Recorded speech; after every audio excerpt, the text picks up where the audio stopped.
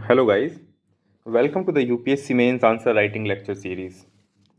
The statement of the question is, what were the factors responsible for the successful implementation of land reforms in some parts of the country? Elaborate.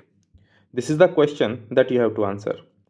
This question was asked by UPSC in GS paper 3 of 2024 and 10 marks were allotted to this question, and you were asked to write the answer of this question in 150 words. अब किसी भी question का answer करने से पहले जरूरी है question की डिमांड को समझना, ये समझना कि क्वेश्चन क्या पूछ रहा है और क्या नहीं पूछ रहा। तो सबसे पहले हम इस क्वेश्चन की स्टेटमेंट को डिकोड करते हैं। अब क्वेश्चन कह रहा है what were the factors. Factors का मतलब क्वेश्चन पूछ रहा है कि वो रीजन्स कौन कौन से थे। What were the reasons responsible for the successful implementation of land reforms in some parts of the country. यानी कि तुम्हें बताना है कि जिन रीजन्स के कारण लैंड रिफॉर्म्स का इम्प्लीमेंटेशन सक्सेसफुल रहा इंडिया में, वो रीजन्स कौन कौन से थे। और यहाँ पे जो कीवर्ड है वो यूज हुआ है एलेबोरेट, और एलेबोरेट का मतलब भी यही है to give more details about something. इसका मतलब तुम्हें इन फैक्टर्स को बताना है, एक्सप्लेन करना है अपने क्वेश्चन के आंसर में।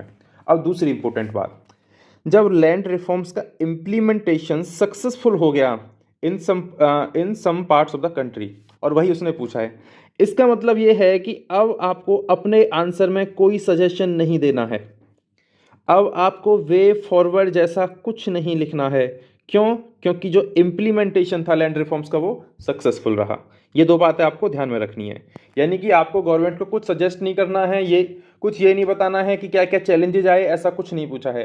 वैसे भी जो आंसर के लिए वर्ड लिमिट है वो 150 है, और उसमें आप इतना ही लिख पाओगे जितना कि क्वेश्चन में पूछा गया है। अब बात करते हैं कि क्वेश्चन का आंसर लिखा कैसे जाएगा। तो सबसे पहले आपका क्या आएगा, इंट्रोडक्शन। और इंट्रोडक्शन में क्या लिखोगे, इंट्रोडक्शन में आपको बस ये लैंड रिफॉर्म्स के बारे में 2 लाइन लिखनी है। आपको ये बताना है कि लैंड रिफॉर्म्स हैं क्या। तो लैंड रिफॉर्म्स हैं क्या? Land reforms usually refer to redistribution of land. Redistribution, land reforms usually refer to redistribution of land from rich to poor। अगर आप चाहो तो आप इसमें ये भी लिख सकते हो कि जो लैंड रिफॉर्म्स हैं ये क्यों किए गए थे। जैसे आप इसी में आगे लिख सकते हो that the land reforms initiatives were undertaken to ensure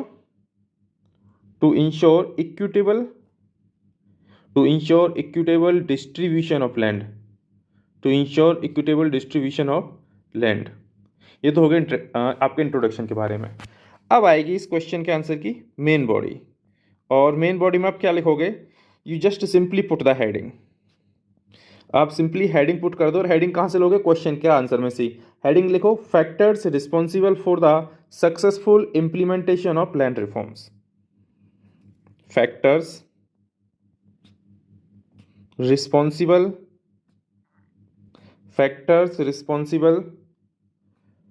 for the successful implementation of land reforms।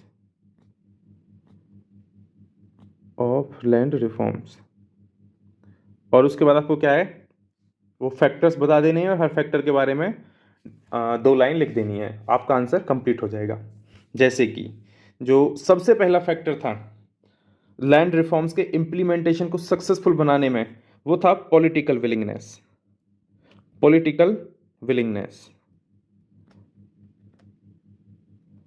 Political will और पॉलिटिकल विलिंगनेस में डिफरेंस होता है। तो ये बात याद रखना है कि जो फर्स्ट फैक्टर था लैंड रिफॉर्म्स के इम्प्लीमेंटेशन को सक्सेसफुल बनाने में, वो था political willingness. For example, in waste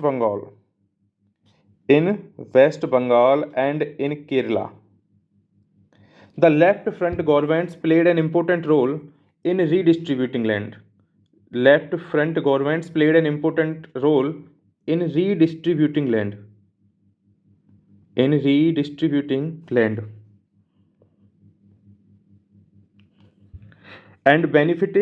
it benefited a large number of poor peasants। This now the second factor responsible for the successful implementation of land reforms was statutory enactments. Statutory enactments. For illustration, land ceiling laws. For example statutory enactment में क्या आएगा?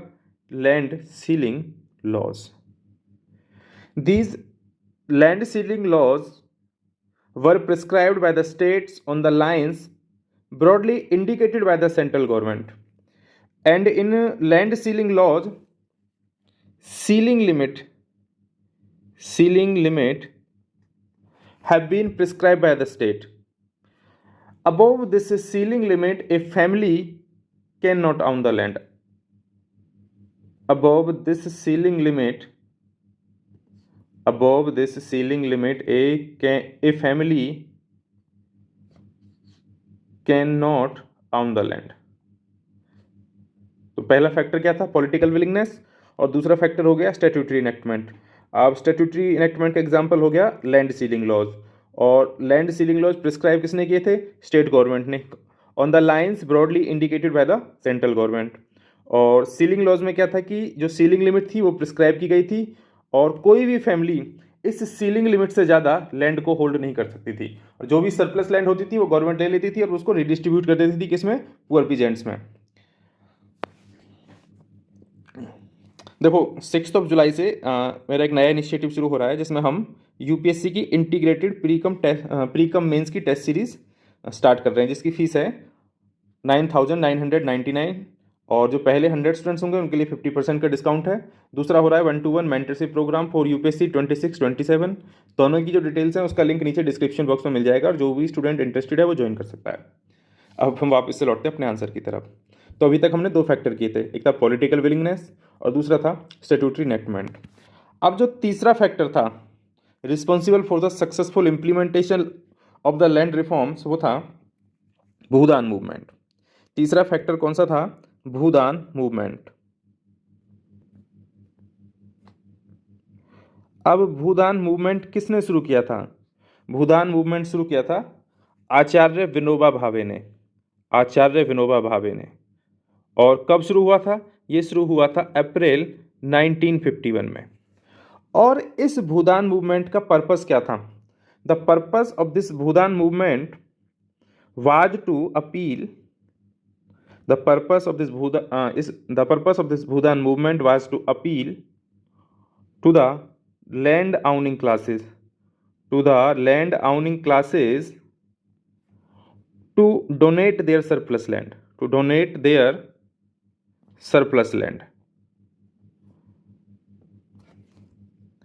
Then the fourth important factor was the pressure of the militant peasants. Fourth important factor was the pressure of militant peasants. The pressure of militant peasants. For example, the peasant movement like that of Telangana and Naxalbari. Telangana and Naxalbari movements, and to some extent there were land grab movements. This movement was in Andhra Pradesh and this movement was in West Bengal. And then there were some land grab movements. And these land grab movements were taken by various left peasant organizations. So this pressure of militant peasants was also responsible for land reforms.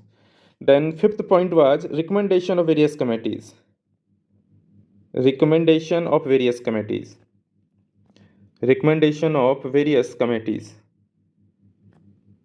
अब इसमें 2 नाम बड़ी प्रमुखता से आएंगे, मतलब 2 बहुत famous committees थी जो फॉर्म हुई थी.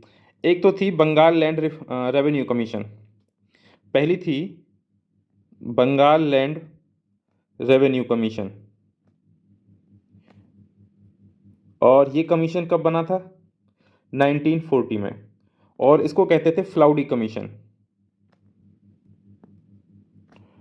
और जो दूसरी कमेटी थी वो थी कांग्रेस एग्रेरियन रिफॉर्म कमेटी। अब देखो यहाँ पे कमेटी वर्ड यूज हुआ है, यहाँ पे कमीशन यूज हुआ है, तो इसमें ये मत कंफ्यूज मत हो जाना कि कमेटी और कमीशन क्या अलग अलग होते हैं। कमेटी और कमीशन में उतना ही डिफरेंस है जितना डिफरेंस बॉय और लड़का में होता है। सिंपल। तो दो कमेटी बनी थी, एक तो थी बंगाल लैंड रेवेन्यू कमीशन जो बना था 1940 में, जिसको हम कहते थे फ्लाउडी कमीशन, और दूसरी थी कांग्रेस एग्रेरियन रिफॉर्म कमेटी, ये बनी थी 1949 में। और दोनों ही जो कमेटीज थी उनकी रिकमेंडेशन क्या थी? To abolish the zamindari system, to abolish the zamindari system या to abolish the intermediaries. And the last was judicial support. Last was the judicial support. अब देखिए जो भी ये लैंड रिफॉर्म लॉज बने थे, ऐसा तो नहीं है कि कोई लॉ बनेगा और वो चैलेंज नहीं होगा। तो जितने भी ये लैंड रिफॉर्म्स लॉज बने थे ये चैलेंज किए गए थे किसमें? सुप्रीम कोर्ट में। तो ऐसे ही एक Kameshwar Singh versus state of Bihar, Kameshwar Singh versus state of Bihar, इस केस में supreme court upheld the Bihar land reforms act. Supreme court upheld the Bihar land reforms act of 1950. So these were the 5 important factors that were responsible for the successful implementation of land reforms in some parts of the country. ये हो गया। अब फिर भी देखो, वैसे तो इस क्वेश्चन के आंसर में कंक्लूजन की जरूरत है नहीं, लेकिन फिर भी कुछ स्टूडेंट्स होते हैं जिनको कंक्लूजन लिखे बिना क्या उनके मन को शांति नहीं मिलती, उनको चैन नहीं आता। तो कंक्लूड कैसे करना है इस क्वेश्चन के आंसर को? देखो जो लैंड रिफॉर्म्स इनिशिएटिव्स थे, उनका मेन पर्पस क्या था? Poverty alleviation and rural development. तो बस इसी से, तो कंक्लूजन में लैंड रिफॉर्म्स को poverty alleviation and rural development के साथ कनेक्ट कर दो। कैसे लिखोगे? That the land reforms initiatives has been an important plank for the strategy for poverty alleviation and rural development. ये आपके क्वेश्चन के आंसर का कंक्लूजन हो गया। अब इस क्वेश्चन में ऐसा कुछ भी नहीं है कि जो आपको लगे कि बड़ा डिफिकल्ट है। एक चीज मैं इस क्वेश्चन के आंसर में बताना भूल गया, वो है क्वेश्चन के आंसर का सोर्स। कि क्वेश्चन कहाँ से पूछा गया है।